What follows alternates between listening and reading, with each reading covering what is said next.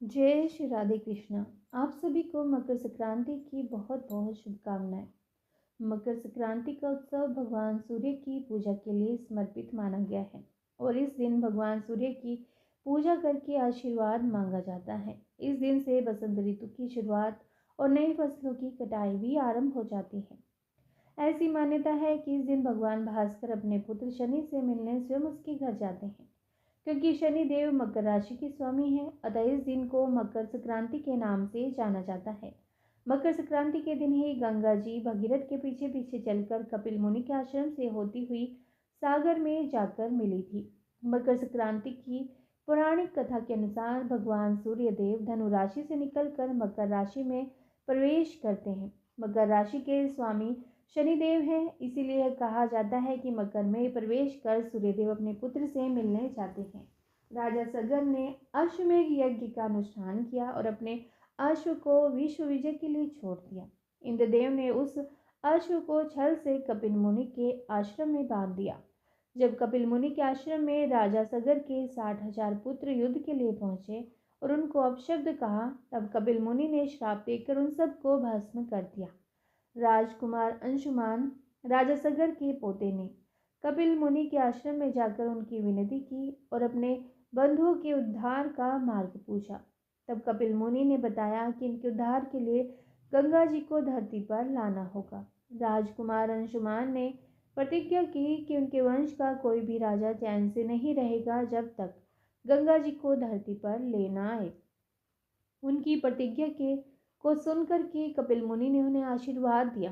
राजकुमार अंशुमन ने कठिन तप किया और उसी दौरान अपने प्राण भी त्याग दिए। भागीरथ राजा दिलीप के पुत्र और अंशुमान के पौत्र थे।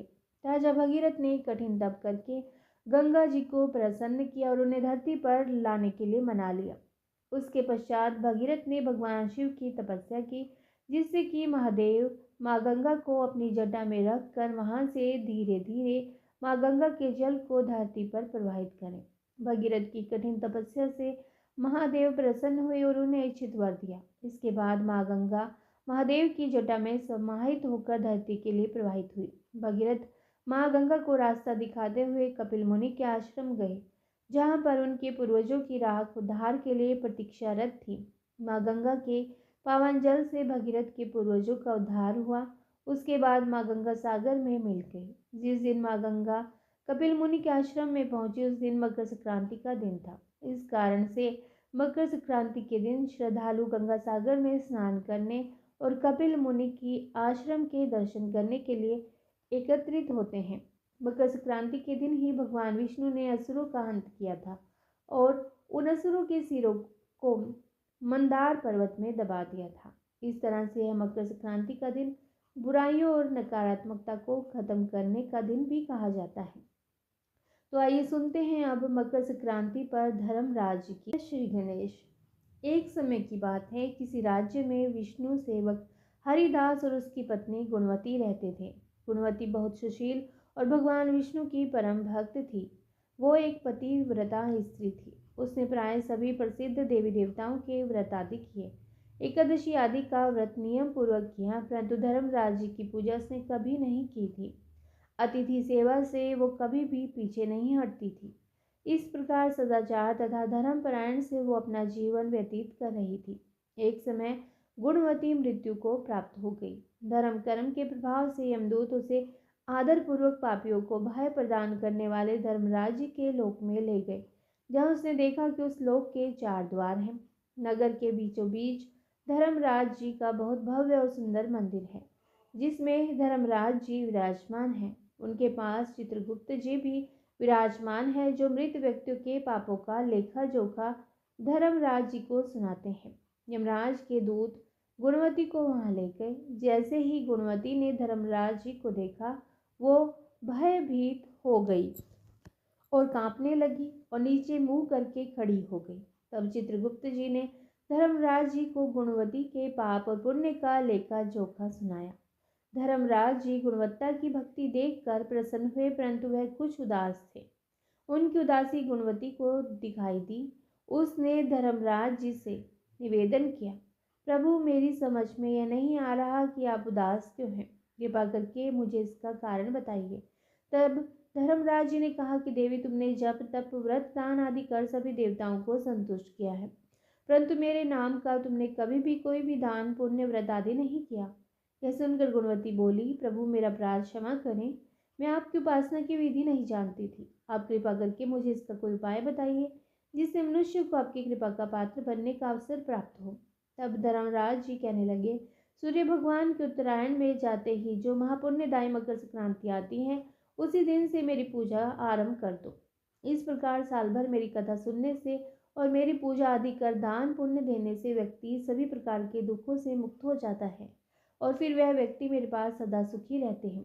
यह सुनकर गुणवती ने धर्मराज जी से प्रार्थना करी, हे प्रभु, यदि ऐसी बात है तो मुझे इन यमदूतों से छुड़ाकर फिर से संसार में वापस भेज दीजिए, जिससे मैं आपकी कथा का प्रचार कर सकूं। गुणवती की यह प्रार्थना सुनकर धर्मराज जी ने गुणवती को धरतीलोक पर वापस जाने की स्वीकृति दे दी। समय गुणवती के मृत शरीर में प्राण वापस आ गए। उसके पुत्र बोले, हमारी माता फिर से जीवित हो गई। इसके बाद गुणवती ने अपने पति और पुत्रों को धर्मराज जी की सारी बातें बता दी। गुणवती ने अपने पति और पुत्रों के साथ मकर संक्रांति के दिन से पूरे विधि विधान से धर्मराज जी की प्रतिदिन पूजा और कथा करना आरंभ कर दिया और साथ ही साथ दान पुण्य कर्म करना भी शुरू कर दिया। इस प्रकार गुणवती ने साल भर कथा सुनी और वह सभी सुखों को भोगने के बाद जब मृत्यु को प्राप्त हुई तो स्वर्ग में देवताओं ने गुणवती का आदर सत्कार किया।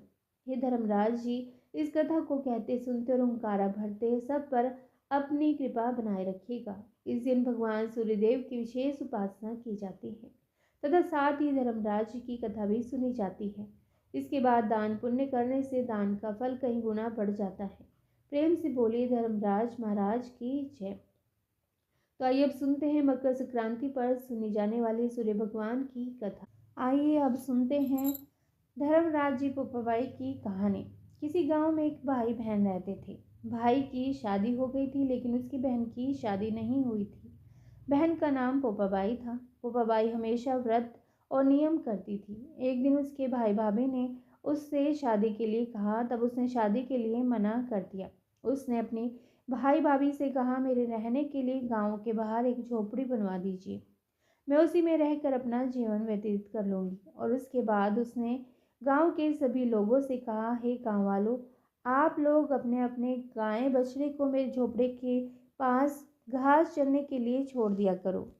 मैं सभी के गाय बछड़ों की देखभाल किया करूँगी। जो भी बचा कुचा खाना हो वह भेज देना, मैं वही खाकर रह लूँगी। इसी तरह बहुत दिन बीत गए। एक दिन उस देश का राजा शिकार खेलने जंगल को जा रहा था।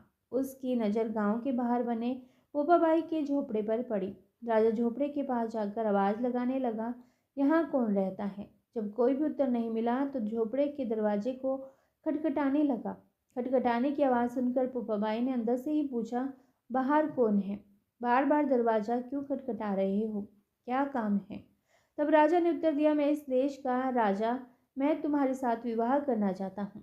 पोपाबाई ने कहा, अपने महल को लौट जाइए, मैं पराये पुरुष का मुंह नहीं देखती। लेकिन राजा ने उसकी बात पर ध्यान नहीं दिया और बलपूर्वक पोपाबाई को उठाकर अपने घोड़े पर बैठाकर महल की ओर चल पड़ा। पोपाबाई ने राजा को श्राप दिया, हे राजा, तेरा राजपाट सब नष्ट हो जाएगा। महल में पहुंचकर राजा ने अपनी रानियों से सारी बात बताई। पूरी बात सुनकर रानियों ने राजा से अनुरोध किया कि पोपाबाई को सही सलामत उसकी झोपड़ी में छोड़ आए। रानियों के कहे अनुसार राजा पोपाबाई को उसकी झोपड़ी पर छोड़ने चल पड़े। रास्ते में पाप की नदी आई जिसमें राजा डूब गया। पोपाबाई मृत्यु के बाद धर्मराज के दरबार में पहुंची। वहां धर्मराज ने उसे स्वर्ग का राज दिया। किसी गांव के एक सेठ सेठानी की मृत्यु हुई।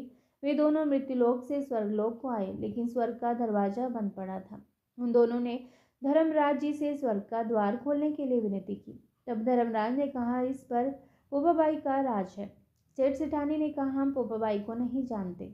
तब धर्मराज ने कहा कि मैं तुम दोनों को 7 दिन के लिए मृत्युलोक में भेजता हूँ। वहां जाकर 8 खोपड़े से राई भरकर 5 कपड़ा ऊपर रखकर कहानी सुनना और उद्यापन करना और इस प्रकार कहना, राज है पोपाबाई का, लेखा लेगी राई राई का। बोलो पोपाबाई की जय। आइए अब सुनते हैं धरती माता की कहानी। एक गांव में एक माँ थी। उसकी एक बेटी और एक बेटा थे। दोनों ही बहुत छोटे थे। माँ गरीब थी और वह मजदूरी करके अपना गुजारा चलाती थी। धीरे धीरे उसके बच्चे बड़े होने लगे। बेटी शादी के योग्य हो गई। माँ बूढ़ी हो गई तो माँ ने बेटी से कहा कि बेटा, तेरी बहन बड़ी हो गई है, इसलिए तुम्हारा जैसा घर और वर देखकर उसकी शादी करना। ऐसा कहकर माँ तो कुछ दिनों में मर गई।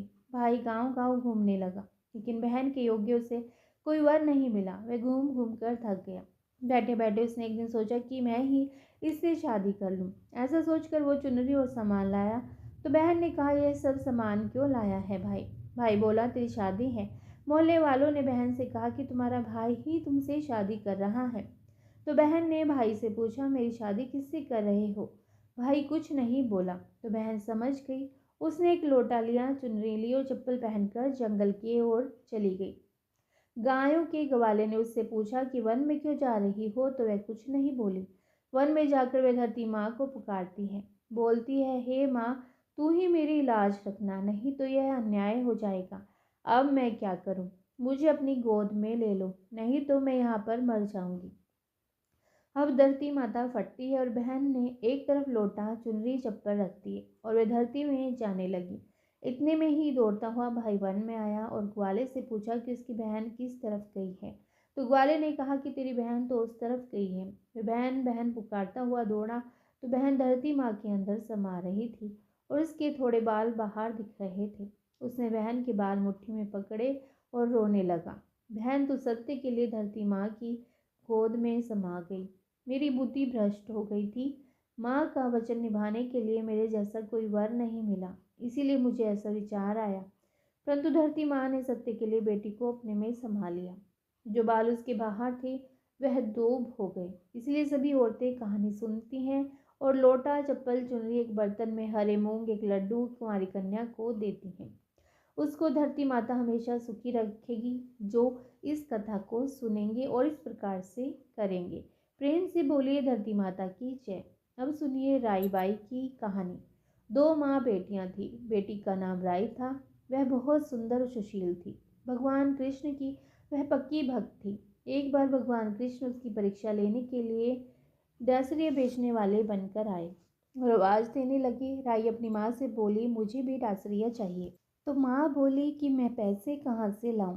बाजरी है वो ले जा।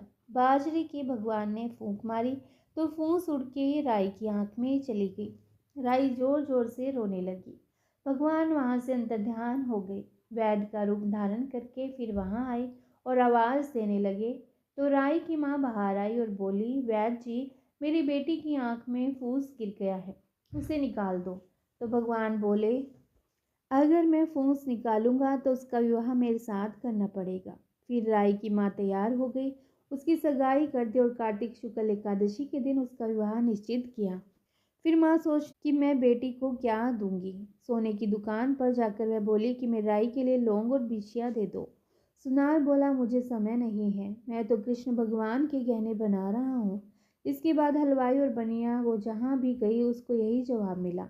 फिर माँ तो घर आ गई कि अब वह क्या करे। जब वह घर आई तो उसकी झोपड़ी महल में बदल गई। आनंद हो गया और विवाह की तैयारियां होने लगी।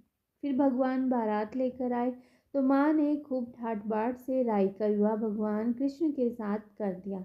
भगवान उसे द्वारिका लेकर आए तो राई के महल में ही रहने लगे। दूसरी रानियां उससे चिढ़ने लगी। सावन में जब राई पिहर गई तो भगवान ने सोचा कि राई के तीज भेज दूं।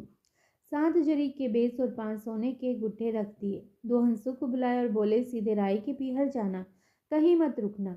राधा रुक्मण को पता चला तो उन्होंने हंसों को अपने महल में बुला के कहा कि थोड़े मोती चुग लो। हंस आ गए, मोती चुगने लगे। अब राधा रुक्मण ने सारा सामान निकाल कर उसमें फटे पुराने कपड़े और 5 कांटे बांध दिए और पोटली हंसों को दे दी। हंस सामान लेकर के राई के पास गए तो राई खुशी से नाचने लगी। जैसे ही पोटली खोली तो 5 उंगलियों में 5 कांटे चुभ गए। राई बहुत दुखी हुई। सावन खत्म हुआ तो भगवान उसे लेने आए तो राई भगवान से नहीं बोली। भगवान जब आगे आए तो राई दूर हो गई। भगवान ने सोचा कोई बात नहीं, राई फिर भी नहीं बोली। इतने पर भी राई भगवान को अपने महल में ही जिमाती। भोजन में दही जरूर देती। एक दिन भगवान बिल्ली बन के दही खा गए। अब राई दही कहाँ से रखे? भगवान गुजरी बनकर दही बेचने आ गए। राई नीचे जाकर बोली, थोड़ा दही दे दो। गुजरी रूपी भगवान बोले, राई तुम उदास क्यों? हमने सुना आप भगवान से नाराज हैं। तो राई बोली, तुझे क्या मतलब, तू यहाँ से जा। तो गुजरी रूपी भगवान बोले, हम सहेली जैसी हैं, तो मन की बातें हमसे कहो, मैं किसी को नहीं कहूँगी। तो फिर राय ने सारी बातें उन्हें बता दी। यह सुनते ही भगवान को बड़ा अचंभा हुआ और वे असली रूप में आ गए और बोले, यह कैसे हुआ? मैंने तो जरी के बेस और सोने के गुट्ठे भेजे थे। भगवान ने हंसों को बुलाकर पूछा, तुम कहीं रुके तो नहीं थे? हंस बोले, राधा रुक्मण के महल में रुके, और वो कहीं नहीं रुके थे। तो भगवान ने राधा रुक्मण को बुलवाया और पूछा, आपने ऐसा क्यों किया? तो मैं बोली, आप हमारे महल नहीं पधारे, इसीलिए हमने ऐसा किया। भगवान बोले, आप हमको प्रेम से बुलाते तो हम जरूर आते। फिर भगवान बोले, कार्तिक का महीना राई को दूंगा, 5 दिन पशु तीर्था राधा रुक्मण को, और 11 सत्यभामा को दूंगा। फिर भगवान ने सबको अपना अपना मान दिया। हे भगवान, राधा रुक्मण राई को मान दिया, वैसा सबको देना। घटती को पूरी कर जो, पूरी का प्राण छोड़ जो, भूल चूक माफ कर जो। प्रेम से बोलिए राई बाई की जय। तो यह थी मकर संक्रांति के दिन सुने जाने वाली सभी पवित्र कथाएं। आपको यह वीडियो अच्छी लगी हो तो इसे लाइक करें और चैनल को सब्सक्राइब कीजिएगा। कमेंट में सभी देवी देवताओं की जय भी लिखिएगा। इसी के साथ हम हमारे चैनल पर षठतिला एकादशी की कथा भी जरूर सुनिएगा। तो प्रेम से बोलिए जय श्री कृष्णा।